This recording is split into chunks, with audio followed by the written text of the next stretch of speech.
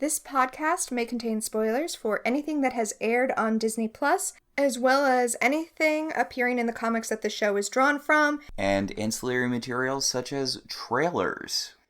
Yes, we will also be theorizing based on those comics and trailers, so proceed with caution.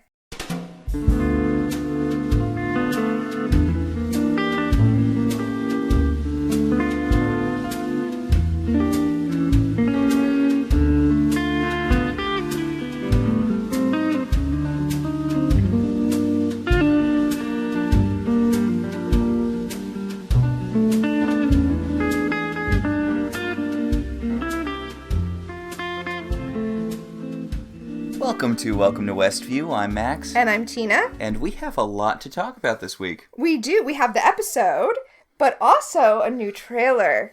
Okay, so we should get the trailer stuff out of the way first, right? Okay, yes. So a new mid-season WandaVision trailer dropped. I am so excited. So many things I was concerned about after this last episode, which I liked, but it made me nervous. Yes. Were kind of addressed in the trailer to such an extent that I feel like Disney Plus wanted to address those concerns. Okay, so the big thing is this episode is really billing Wanda as the villain of the piece. And I feel like the trailer was kind of released maybe to put out some fires on that front, because the trailer doesn't explicitly say, hey, someone is doing this to Wanda, or Wanda may not be as in control as she seems here. But it seems to be steering us away from thinking that Wanda is the out-and-out villain of this piece. I wrote down the line that we hear Wanda say, which is, I don't know how this started. Also, the phrasing of the text in the trailer. Yes. A world that is built for you. So, yeah, I was very excited to see that it looks like we are not going to go down the powerful women don't know how to control their power and destroy everyone around them trope, so that's exciting. House of M, Darker Than Scarlet. I'm really enjoying WandaVision thus far, but it's a very good story up to this point that is based off of a lot of very bad stories. Yes, and we discussed that a lot last week, so I also was glad. I didn't really have any doubts about this, but I was glad to see from the trailer that we are going to go back to the sitcom style after this episode. Honestly, I was mostly relieved on Friday when we sat down to watch it, and I saw that this episode is called We Interrupt This Program. An interruption, implying that we're going back to the sitcom style next week, which does seem to be the case. And last week I said that I suspect that the 80s episode is going to draw from Family Ties a lot. And I have to say, one of the houses that we saw really looked a lot like the Family Ties house. So I'm sticking with that. Okay, so we're going to have to watch some episodes of Family Ties. Yes, I will have to show you some Family Ties episodes. Okay, because we've been watching Full House to prepare for the 90s episode we're assuming is coming up. Yes. I mean, we skipped over Family Ties because it reads a little different today to watch a show where the hero is a Reaganite than it did in the 80s. Oof. Yeah, Alex, you're so concerned about your friend who's not getting help for the mental issues he has. Maybe ask your buddy Reagan about that a little bit. Yeah. So just a couple random things from the trailer. Mm-hmm. I love that we see the talking head from a documentary style. Modern Family-esque modern sitcom. Yes, I love that they're doing the talking heads thing for modern sitcoms. And also the line where Darcy is crying and she says, "What? I'm invested." I just wrote, "It me." Well, that's the thing about the episode we're talking about today. Oh, that's a nice segue. I didn't even mean to do that. I'm calling this episode Black Mirror. Mm-hmm. And the reason for that is the TV show Black Mirror, it refers to electronic devices and the way they reflect us back to us. Black Mirror. And wow, are Darcy and Johnny us. Okay, so this show's been doing a lot with meta-narratives. It's been a lot of using sort of the themes of old TV shows to talk about Wanda. Mm-hmm. The assimilation thing from Bewitched, the creation of non-traditional families from the Brady Bunch. Yes. Now, I like this because this episode is stepping back from that, and it's a meta-narrative about consuming television.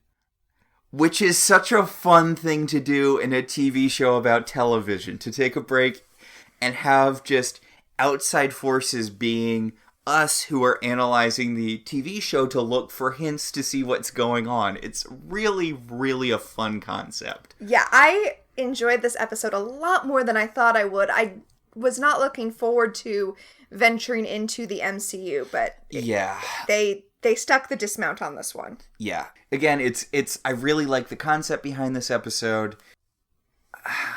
I'm okay with the MCU. I like a lot of MCU stuff fine. I feel like we've talked about this. I'm not going to talk it to death here. But I'm not like someone who's super into the MCU. Right. And a lot of people were like, if you like this episode, which we did, and if you're calling for a, Agent Woo spinoff, watch Agents of S.H.I.E.L.D. And I'm like, no.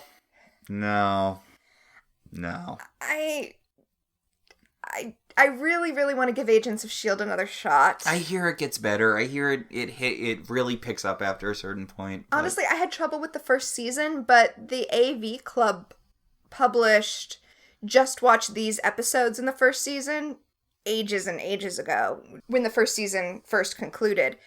Maybe I should fish that out and just do that. Yes. So, as a quick catch-up, Wanda Maximoff and the Vision are trapped in some sort of vague sitcom world that runs by sitcom rules. The Vision, by the way, dead as hell. That's all you need to know going into this. The Vision died, but he is alive again. Here in Westview. In Westview, in this sitcom world. Last episode implies that the world is under Wanda Maximoff's control. Wanda Maximoff has very ill-defined magic powers. And in the last episode, we saw her... What appears to be expel Geraldine from the world. Yes. Now, I actually want to bring up something that's on the Previously Ons. All right. So, 2 weeks ago, before episode 3, the Previously On showed the moment where Wanda meets Geraldine, but they cut it a little bit. So she just says, "Hi, I'm Geraldine," or whatever. We see that moment again here on the Previously On, but it shows the whole moment. So we see her introduce herself and say, "I'm, Geraldine." Yeah, there's a significant pause there, which got cut out in the last Previously On, but is here. Yes. I noticed, but didn't mention last week, that they cut that pause out, and then, it's reinserted here. The Previously On also reminds us that Geraldine has the sword logo, just in this case on a little necklace, and that the neighbors don't trust Geraldine, that there's something about her that doesn't fit into the world. They don't know. She doesn't seem to have any connections to anyone. They don't know where she's from. They don't know where she lives. And the last episode ended with her magically getting punted from the town. This episode starts with... I was going to say, you said all you need to know. There's actually a pretty big thing you need to know at the start of this episode. Okay, yeah, we're getting back into the MCU thing. All right. In the MCU, there was an event that made half of the world's population disappear for 5 years. In the MCU, they call it the blip. Mm-hmm. And we know, because we are watching the movies, the rest of the world doesn't know this, but we know, that Thanos performed the snap and just magically, I'm going to say magically, I know it wasn't magic, I know it was the Infinity Stones. It was magic enough. He magically wiped out half of the world, and we saw them kind of all disintegrate to dust. And then we got that meme of Peter Parker disintegrating to dust. So, in the next movie, Endgame, the snap gets undone, and everybody comes back into existence. 5 years later. 5 years later. And I love, because the movies, they're all action movies. We don't really examine what that looks like on a ground level.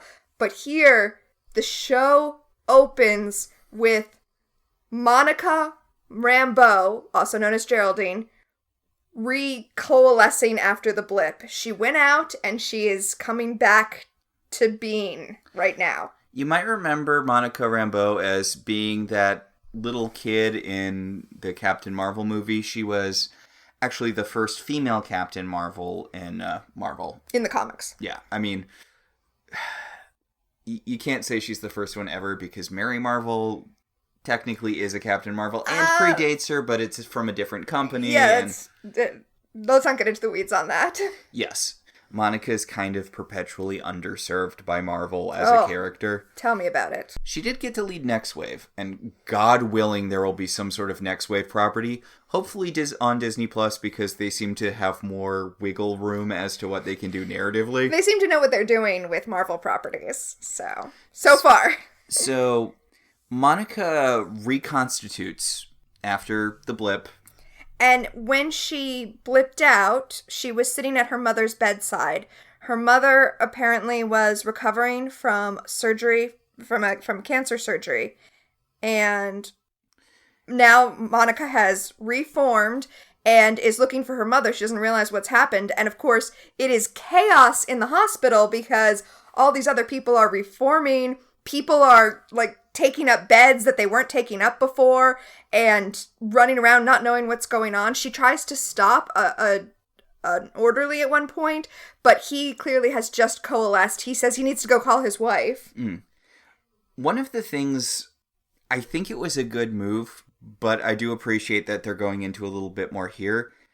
The next Marvel movie that came out post the blip being a thing in universe was Spider-Man Far From Home. Mm-hmm. So they did address a little bit with the kids. Well, yeah. How the blip affected them. Yeah. Although they kind of skipped ahead a little bit.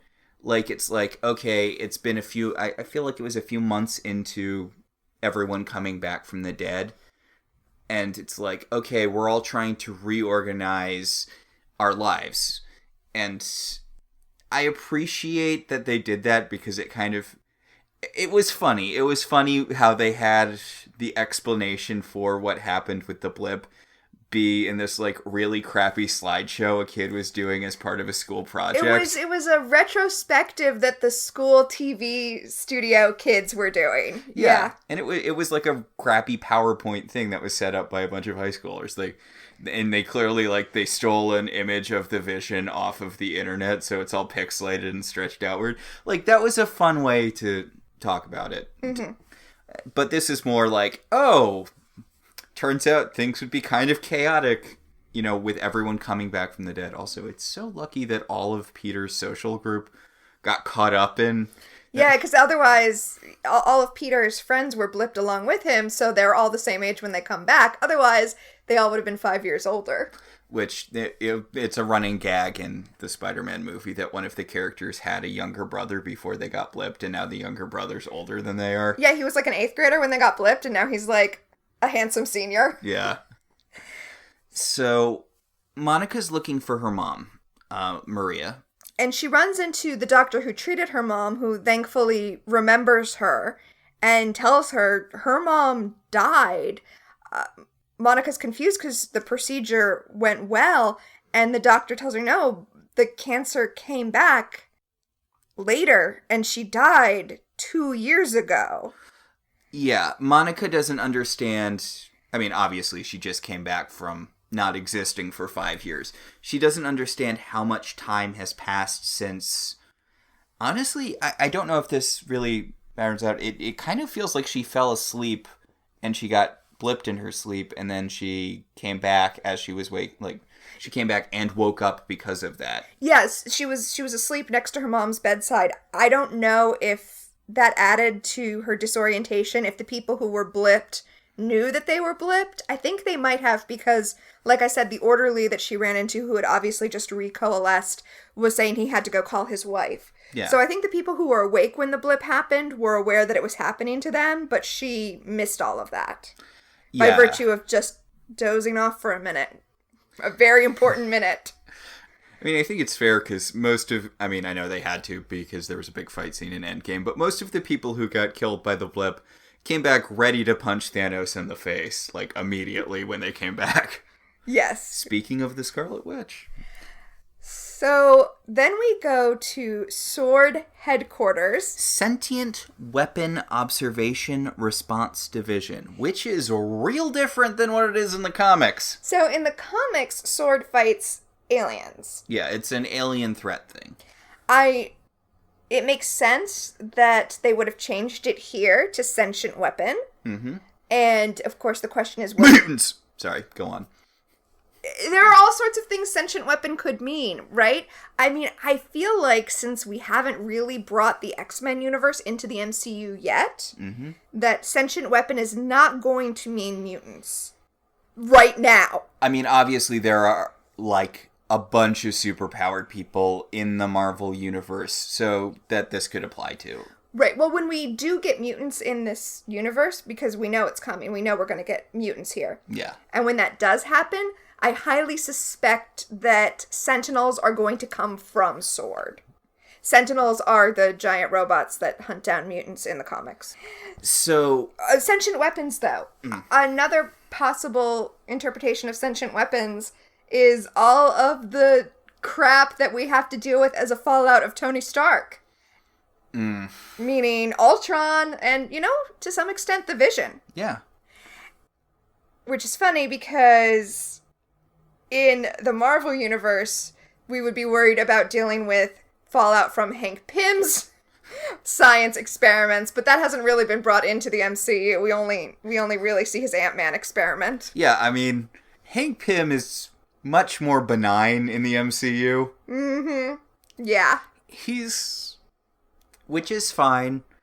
He'd have to be. You can't root for Hank Pym as he appears in Marvel. I mean, there's a reason they went with Scott Lang as the Ant-Man here, because I don't want to say he's the most bland Ant-Man, but he's the least offensive Ant-Man. Don't get me wrong, I love me some Eric O'Grady, I love me some Hank Pym, but they're both objectively pretty awful people. Especially Hank Pym, because he was a male scientist in the Silver Age, which is basically the worst you could... It's the worst thing you could possibly be. See also Reed Richards. Which... Oh god, I wonder if this is how we're going to get the Fantastic Four. I mean, they're going to have to do it eventually, right? That's definitely the attitude you want when introducing a new property in, but... They're gonna have to do the Fantastic Four eventually. The only Fantastic Four movie that has ever worked is The Incredibles. The Fantastic Four actively resists becoming a good movie. Well, that's because The Incredibles knew to do a good Fantastic Four movie, it basically has to be a family movie and not an action... Well, it's an action movie, but it needs to be a movie about a family, and that's not what we've got with the other Fantastic Four movies. I didn't see Fan Four Stick, I can't accurately judge it. I liked Chronicle. Do you remember the TV show No Ordinary Family? I do. I watched a couple episodes of that. It had that guy from that cop show who played Michael Chiklis. Michael Chiklis. He had super strength, and was it Darla had super speed? Darla from Buffy had super speed. Yep. And then they also had 2 kids. See, Fantastic Four should be a sitcom. Bringing us back to WandaVision, but Fantastic Four should be an actual sitcom. Yeah, TV show, sitcom, fun, sciencey adventures. I mean, come on, isn't that like half of the Disney live-action shows? Get on that, Disney Plus. Yeah. You're doing a great job with WandaVision so far. So get on that when you're done. Do Best Friends Whenever with adults. Well, that's a totally different thing, but yes, I want that. I mean, Barry from Best Friends Whenever is basically a more benevolent Reed Richards. Oh, sure. But also do a Best Friends Whenever sequel series about the future Sid and Shelby that we see in the finale of season 1. So Sword. Monica shows up at Sword headquarters. She apparently had a job there at some point. I don't want to say nepotism because I'm sure Monica is great at her job, but it has to kind of weigh on you if your mom's the founder of an organization and you work for that organization. Yeah, we learned that her mother, Maria Rambeau, is the one who founded the organization. I love that Monica just went to work and tried to get in with her key card 5 years later. She didn't call anyone or anything. Well, the security guy's being a huge dick about it, and he's like, well, you're not in the system now. And the director, who looks so familiar, but I didn't look up who he is. He was on The Good Wife. The Good Wife is what I know him from. He's been on a lot of stuff. Yeah. The character has a name which I'm sure is significant, but I honestly don't read a lot of S.H.I.E.L.D. stuff because I find Secret Agent stuff kind of boring. I'm sure he's a significant character in the comics. He lets Monica in. He is the acting director now. And he tells Monica that, half their personnel got blipped and the other half didn't really want to go into space after that. And they've been running pretty bare bones since then. He's been trying to get it up and running, but obviously he's no replacement for her mom. He seems like a kind of good dude, which makes me think that he's sinister and up to something, but I also think he might be a minor enough character, so probably not. Well, he's definitely a little sinister in that Monica points out that the job of SWORD used to be to observe sentient weapons and respond to them, and now it seems to be to create them. Mm. Also, he tells her that she's the first person who unblipped and came back to work. Like, none of the other unblipped people have shown up yet. And she's like, hey, that's my deal. Work hard. Work hard. You're actually more familiar with Monica Rambeau as a character than This I is am. nothing like her backstory. This is not her backstory at all. Yeah, I was like, wasn't she like a part of the Coast Guard or something? Yeah, yes. And she's from New Orleans. There's like a whole thing. There's a whole really cool thing with her electricity powers and how that doesn't mix with water. So there's like this whole conflict within her because she's used to working on the water, but I'm assuming that changed when her powers became more light-based. well, it was just things she had to get over, like not be afraid. Actually, her power is not just manipulating light or electricity, it's any energy, which makes her ideal to team up with She-Hulk, and she hardly ever does. But we have seen a couple of times when she has teamed up with She-Hulk that she can amplify gamma radiation and increase She-Hulk's abilities if they work in tandem. It's one of Just those. throwing that out there. Well, it's one of those like, why doesn't Dazzler work with Siren all the time? Because their powers, like Dazzler's Right? thing where she turns sound into light would come.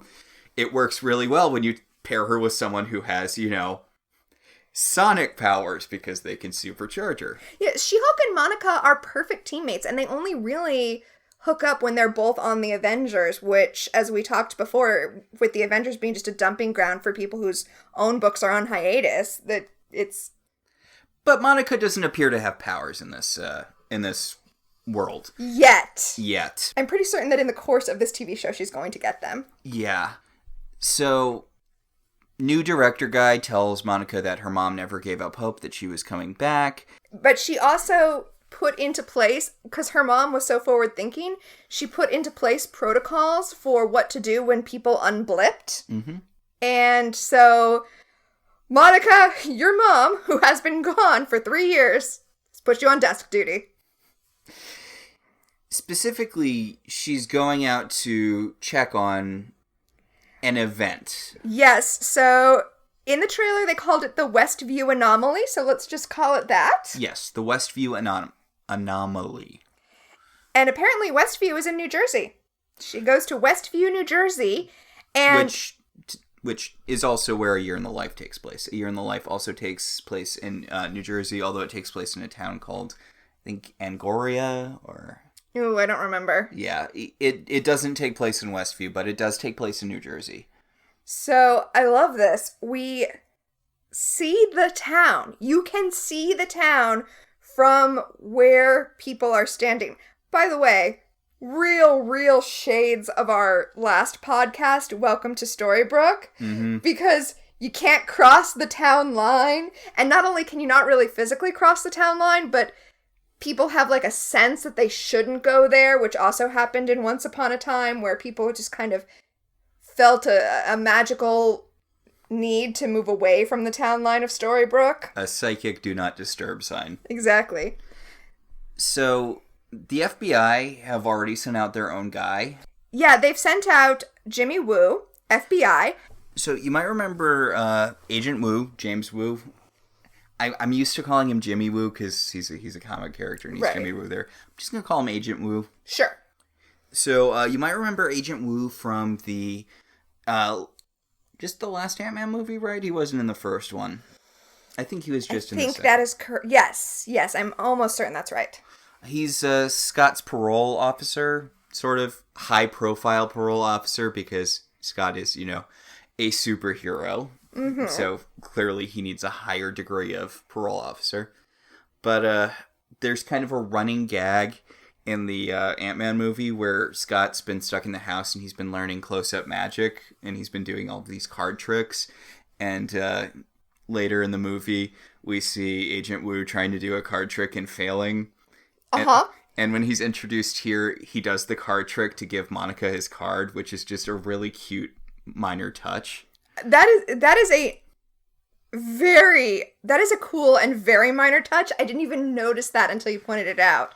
I love stuff like that. Yeah, and I wouldn't have noticed it either. Like, if someone on the internet hadn't been like, hey, look, he's doing the card trick that Scott said he'd show him. And I love the attention to detail in this show. So, the reason Agent Woo is there is because he has a witness who's in witness protection who is out in Westview, and he stopped hearing from him. So he came down here to, check it out, see what's going on. And what he discovered is that no one seems to know Westview exists. Despite the fact that we are standing looking at it, just to be clear. Yes, Monica took an off-ramp labeled Westview, and there is a big Welcome to Westview sign. And we can see the houses, in Westview. And the law enforcement just keeps insisting, no, there's no Westview. Never has been. Yeah, they're from Eastview. Yes, which is a whole thing.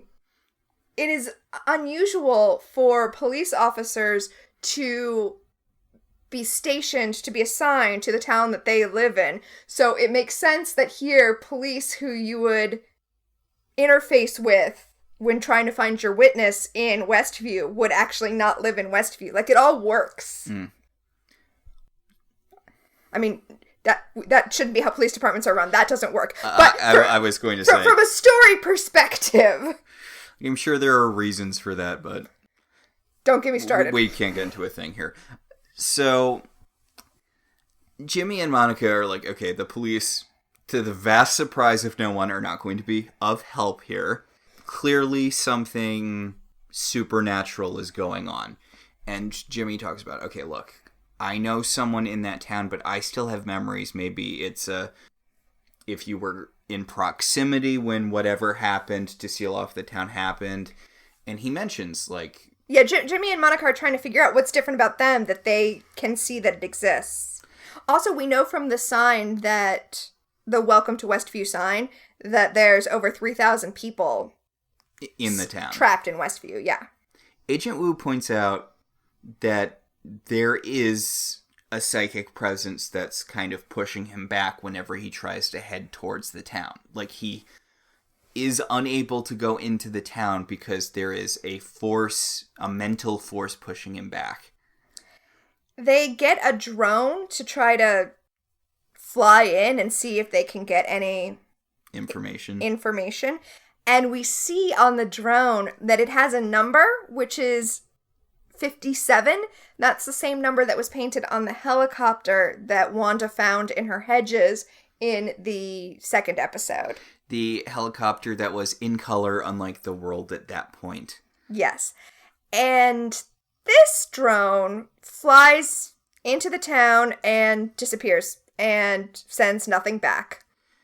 Okay, not to take another diversion, but just as long as we're perpetually on the mutant train, I want to talk about a little something. I'm not saying that this is the thing that's going to introduce mutants into the MCU, although everyone's kind of assuming it is, and I wouldn't be surprised if it was.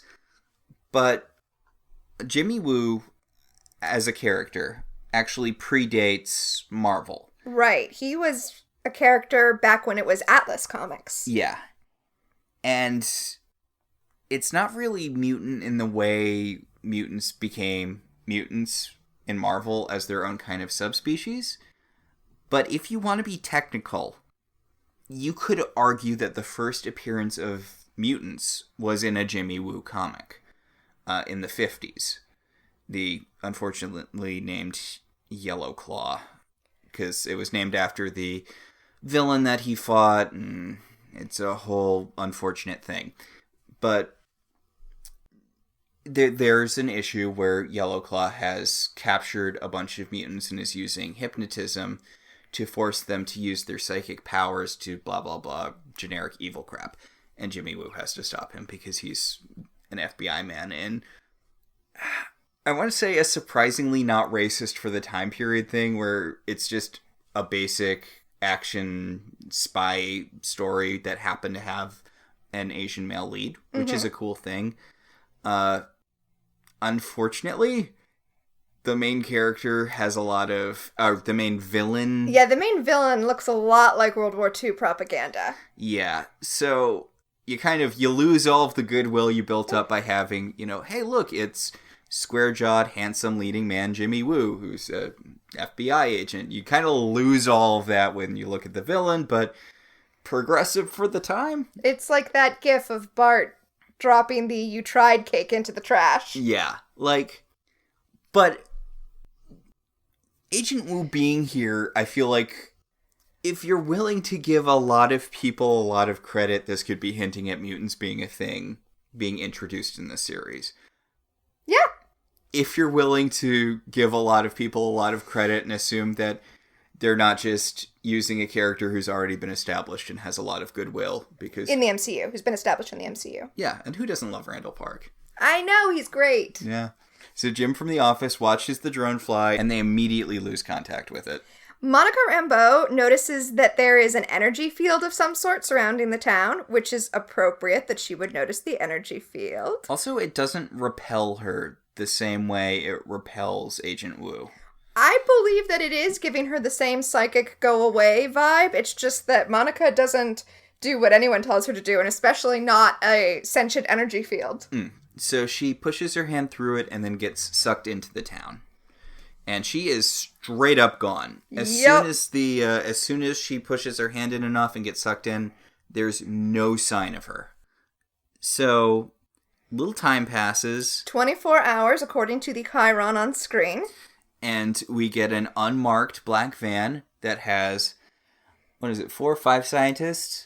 And one of which is Darcy from the Thor movies. Yes, who is now Dr. Lewis. She asks the people in the van what their fields are because she's going to try to triangulate what it is they're going to investigate. And the one guy's like, we're not supposed to talk to each other. And she's like, okay, cool people, what are your fields? Yeah, she says what her field is, and the other scientists go around, and they're all from wildly different disciplines. And she's like, okay. So they have no idea what's going on here, and they're going to try to get us to narrow it down. She is in astrophysics. She knows Thor, so I mean... Yes. Someone else is in artificial intelligence. Someone else is a chemical engineer. They don't know what's going on. They've really set up... they've got this whole tent town set up around it. That was pretty quick. Yeah, because we saw it 24 hours ago. There was not a observation facility 24 hours ago. I mean, I guess as soon as half of the population gets vanished for 5 years, you learn to address this sort of thing pretty quickly. So, by the way, Darcy is very insistent that she be referred to as Dr. Lewis, not Ms. Lewis. I like that. Also, so we know that she... got her doctorate. Yeah. Yeah. So, she gets pulled into sort of a command center. She wants to know what they know. She also wants coffee. But I love this character so much. She wants to know what they know, and they tell her, oh, that's classified. And she's like, all right. You know nothing. Got it. Yeah, she's really on the ball here. I love this actress. Kat Dennings. I'm kind of sad that the main thing she's been in is the... Two Broke Girls. Yeah. I haven't rewatched the first 2 Thor movies in a while. I like the MCU fine, but it's one of those things where, like, I'll enjoy watching them in the theaters and then just not think about them after that. It's like a fun thing to go out and do with friends. Well, I really enjoyed the first Thor movie and the third Thor movie. I should actually rewatch those. Yeah. They seem like they could stand a rewatch. So, well, especially the third one. Although the third one is basically ditching everything from the first 2. Yeah, the third one is definitely its own animal. So Darcy takes out her tools and is studying the radiation. And she sees that there is something else coming from the town. Not just radiation, but what appears to be some sort of broadcast. She's like, okay, I'm going to need a really old TV. The kind that uses tubes.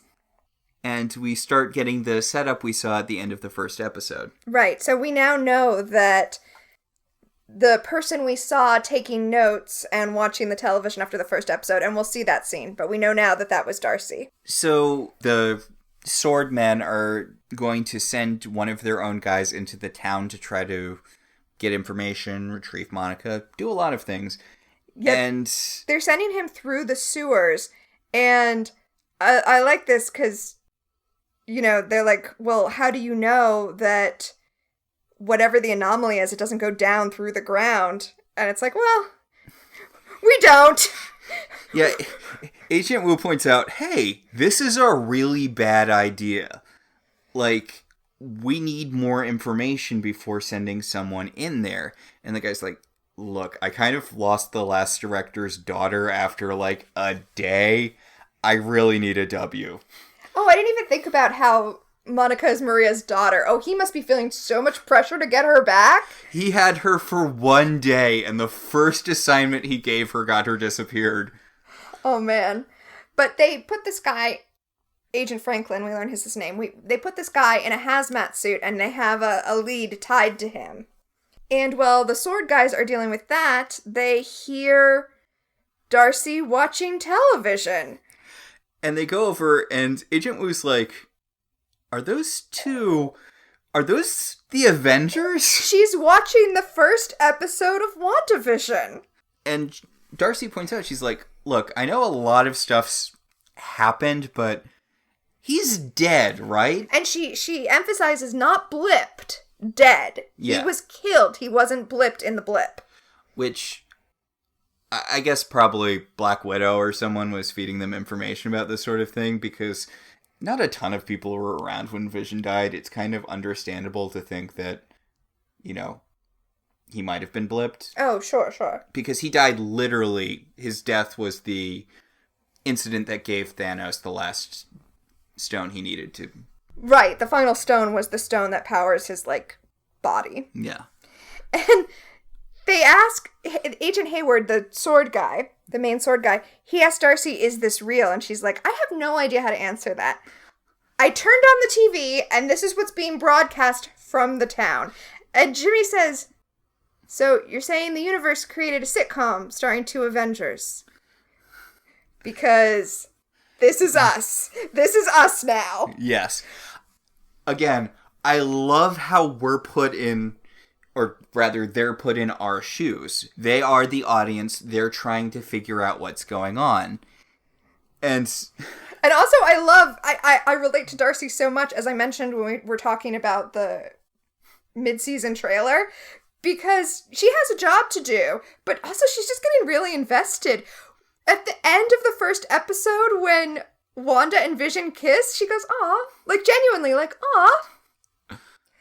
So Agent Wu's like, okay, we have to figure out what's going on here, what's doing this, and why. And Darcy's like, is it for our amusement? Because it's pretty amusing. All right, so now we're doing a montage where they're watching all of the people in the town and trying to identify who they are in reality, because we know Wanda and Vision are real people.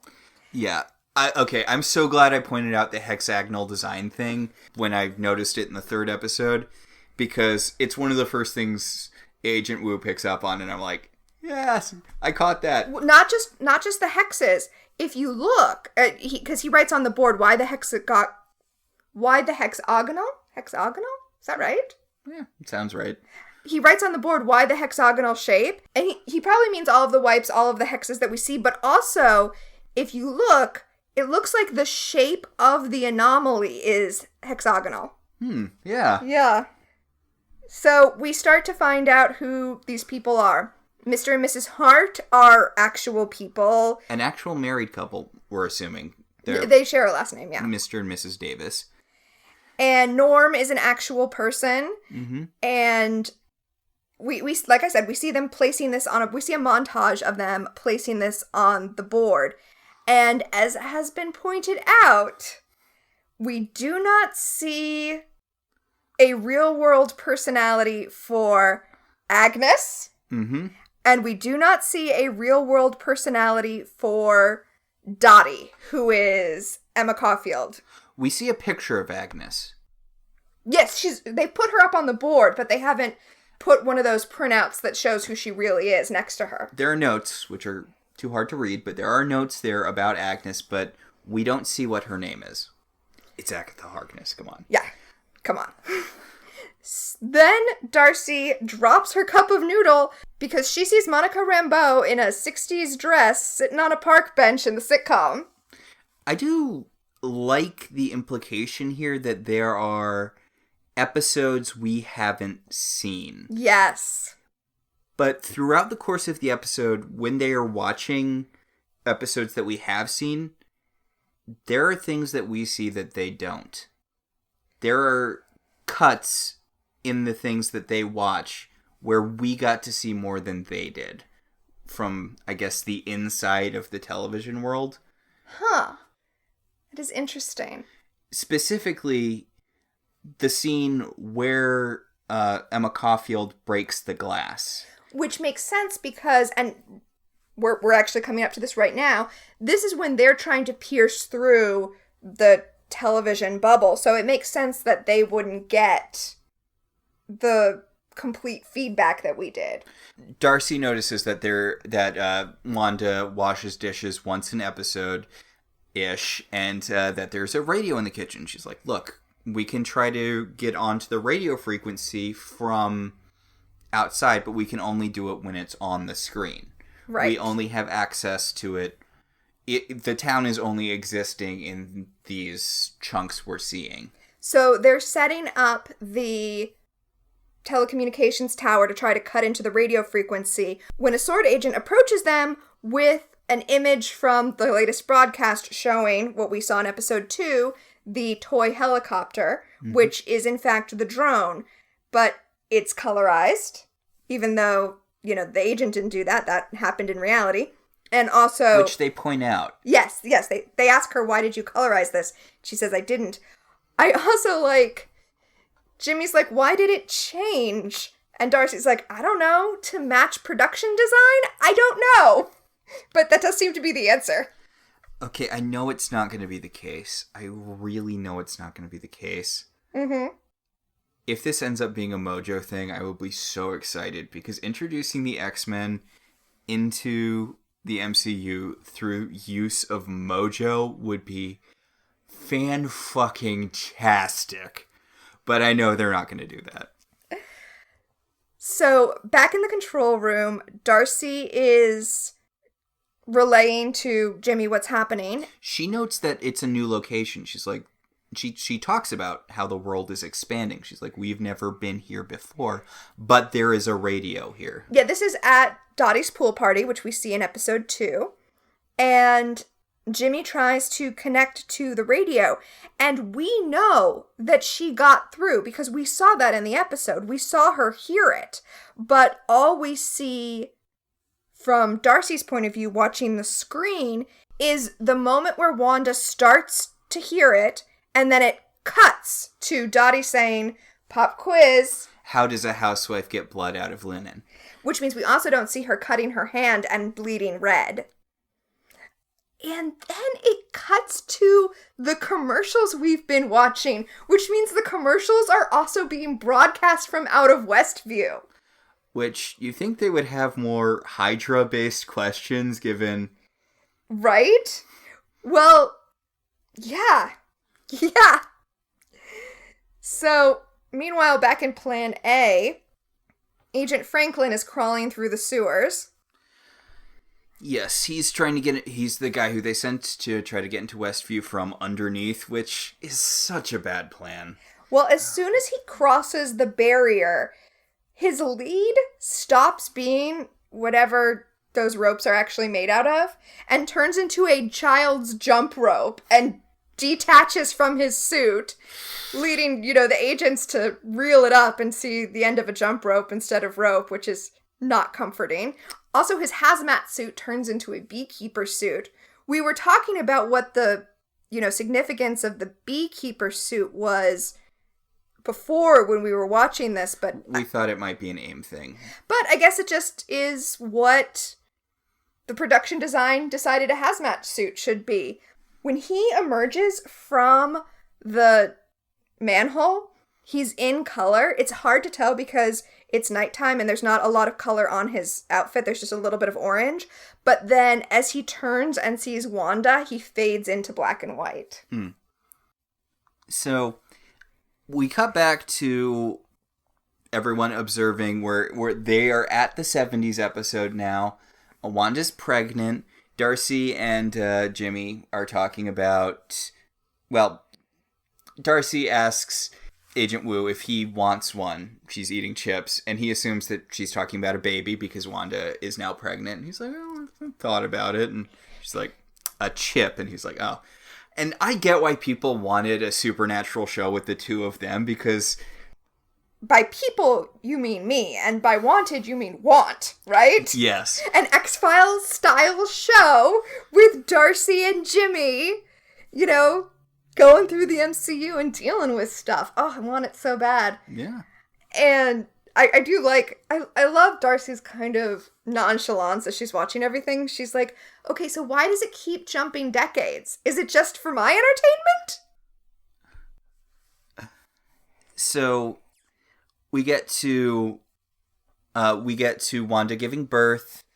Monica's there as Geraldine, and they're both very touched by the births of the babies.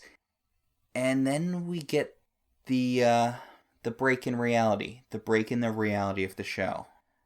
It's kind of interesting because we get the impression that there are certain bits that get cut out. Like we saw it with Wanda at the pool party. Right. We didn't see the part where Dottie kind of broke reality and then snapped back to it. So presumably we also didn't see the scene where Mr. Hart was choking. Presumably they didn't see the scene where Mr. Hart was choking because this is the first indication they give that there's been a break in the reality. Right. And that indication is when Monica says that Quicksilver was killed by Ultron. Yeah. So they start paying attention because that means, wait, this is the first mention of our reality. And I think the reason this is happening is because Monica doesn't belong there. So she doesn't get written over. She'll get ejected, but she doesn't get written over. It kind of bothers me that we don't really see the lead up to this so much. We don't see Wanda talking about her brother dying. She doesn't mention... We don't see her on-screen mention that she was twins. It goes directly from Monica helping her deliver the babies to Monica saying he was killed by Ultron, wasn't he? Presumably it still happened, but it also strikes me as a break in the reality of the show, Wanda mentioning that her brother died. Okay, I'm going to disagree with you, because what we see is the baby's being born, and then we see Darcy and Jimmy watching the show, and the point that you're talking about is when I started crying, and we see Darcy crying, and then we get the mention of Ultron and go back to the screen. So I believe it did happen, we just weren't watching the screen when it happened. I believe that it happened for Darcy and Jimmy. I believe they saw that bit. Which is interesting, because I feel like that is also a break from the reality of the show. Wanda mentioning that she had a twin brother? Yeah. Could be, although that's kind of vague enough that... Yeah, I mean, I guess these sort of sitcoms did have their tragedies to them. Yeah, I mean, people had backstories, even if a lot of times sitcoms ignored them. Would mention them and then not come back to them. But there's sort of a smash cut, again. Monica mentions Pietro. Wanda says, "What did you say?" She starts approaching Monica, and then it cuts to credits. Right, so we don't see her expelling Monica. We don't see that really creepy moment when Vision comes back and asks where Geraldine is, and Wanda says she had to hurry home. We're assuming, I'm assuming just in general that none of the Vision stuff from that episode appeared on screen for them. Oh, nothing where Vision was Vision as himself as opposed to looking like a human? No, I mean, none of the stuff with him talking to Herb. Oh, yes, none of the stuff that happened outside the house, the very creepy conversations with Herb and Agnes. I think that's probably right. So We cut back in to the reality of the show. This isn't being watched by Agent Wu and by Darcy anymore. Right, and this is in widescreen, not sitcom aspect ratios. Mm-hmm. Part of me feels like this is a cheat because Darcy and Jimmy aren't seeing this, and this isn't part of the sitcom. But on the other hand, Monica is witnessing it, so okay, I guess it's okay. It's okay. So we cut back into the part that we didn't see last week, where Wanda is confronting Monica. She tells her she doesn't belong here. She's a stranger. She's an outsider. She's trespassing, and she wants her to leave. And we see Wanda, bring up her energy balls, her red hex bolts. Her red hex bolts, and throw them at Monica, who gets slammed through the wall, several walls and fences as she is shot out of the neighborhood. And then Wanda looks at herself a little surprised. She looks a little confused, a little concerned, and she uses her magic to heal all of the holes in the walls that she's created by, throwing Monica through them. Yeah. Everything kind of reorganizes, and Wanda seems kind of out of it, and then she sort of resets herself a little bit. Not as dramatically as... It's not like when the Vision got reset where there's a really obvious video effect, but she sort of seems to go back into herself. Kind of shaking off reality. And then the Vision walks in, and it's what we saw, where's Geraldine? And we see, just like we saw before, Monica lying on the ground and being surrounded by sword agents. And as they gather around her, we cut back to Wanda. She repeats she had to rush home. And when she turns and looks at Vision, she sees not Vision the way we've been seeing him, but dead Vision, the way he was killed by Thanos, with his skull, pierced from Thanos reaching in and ripping out his gem. My husband and his indestructible head. Oh. From the first episode. Oh. Yeah, she sees him just with the front part of his head caved in, and she kind of goes back into herself for a second, and then she looks back up, and he's whole. Yeah, he's back to normal. He's Vision again, which led me to think that perhaps if she was doing it to keep Vision alive and not necessarily, Yeah. Although the trailer makes us think maybe she isn't doing it. But Vision's like, look, if you want to leave, you can leave. It's okay. We don't have to be here anymore. And Wanda's like, no, this is our home. Don't worry. I have everything under control. And back in the real world, Monica's telling everyone it's Wanda. It's all Wanda. Which was the thing that made us all kind of hold our breaths when we were watching this and go, please don't make Wanda a villain. We want to love Wanda. And Wanda's like, okay, let's see what's on TV. And she picks up one of the babies. Vision picks up one of the babies. The two of them sit down on the couch. And... episode over. By the way, the episode ends exactly where it ended last week. Yeah. So... obviously, the big takeaway from this episode is supposed to be, yes, Wanda is behind all of this. Yes, Wanda is going to be the villain of the piece. Which is why I think they dropped the mid-season trailer that has some hints that maybe she's not. Because... So on Twitter and on Facebook, I asked our listeners, everyone, what'd you think of episode 4? And I distilled the reactions, both from our listeners and from other people that I saw around the web, into 3 main responses. And some people had all 3 of these, more of them, whatever.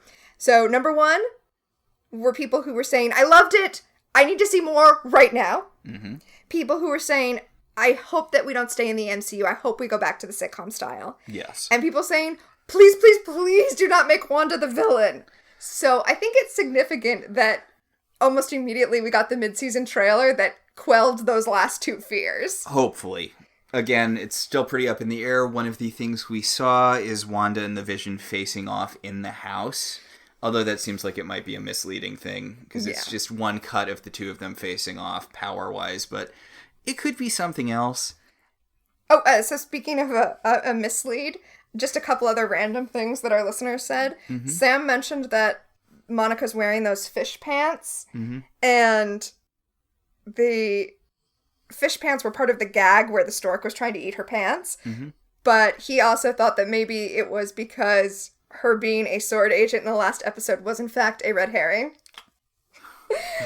And also, Jack pointed out, as we said, that we don't see a real-world persona for Agnes. So, yeah. Yeah. Part of the thing in the mid-season trailer was Agnes saying, I forget the exact phrasing, but do you want to do it again, or do you want another take? Oh, I didn't notice that. Oh, I watched it a couple times. I didn't notice that one. Oh, I can't wait for the next episode. Oh. Yes. So they still got us on the hook. And one of the things that makes me think that Wanda's not going to be the villain is because... Everyone would hate it? Oh, no, because we're at the halfway point. Oh, so if they're suggesting that she's the villain now, it's way too early for that to be true. Yeah, it's too early in the show for a villain reveal. We've got at least 4 more episodes, right? Yeah. 4 or 5 more episodes. So, fingers crossed on her not being the villain, because, again, I love WandaVision so much, but it is based on so many bad comics, or comics, I don't want to say bad, there are good bones there, but there's a lot of reason to fear how this is all going to conclude. Because every week, it's like, that was really good, but it makes me more anxious about how it's going to end. But so far, they have not let me down. Yes. So, I don't have any television Easter eggs this week because we weren't in the television universe.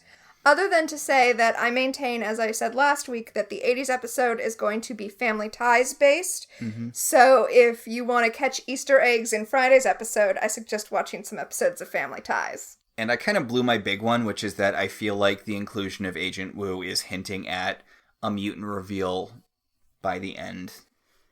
That'll be interesting if that happens. Yeah. Also, just... S.W.O.R.D's whole deal makes me think that they might be gearing up to start introducing mutants. I mean, it seems really obvious that they're going to introduce the Sentinel program through S.W.O.R.D. Yeah. It just seems natural that will be what happens. So that does it for us this week. Yeah. This was really good, but also I do want to get out of the MCU for a while. I need to get back into sitcom world. Well, I'm glad to see that we are going to, and I can't wait till Friday. Yes. So, our show is partially listener-supported. Mm-hmm. If you want to be one of the supporters, you should head to our website, www.welcometotelevision.net, and click on our Patreon link. We'd like to thank our current $5 and above patrons, Beryl, Patricia, Sam, Cassidy, Alex, Alicia, Ryan, Maricruz, Rosa, Javier, Benjamin, Kyle, and Kate. If you'd like to support the show in other ways, you could always rate and review us on Apple Podcasts. It helps other people find the show. If you want to talk about this episode, or any episode of any television show, you should join our Facebook group, Welcome to Television. We can also be contacted at I Love TV Zines on Twitter, or at ilovetelevisionzines@gmail.com. So until next time, I'm Tina. And I'm Max. And this has been Welcome to Westview.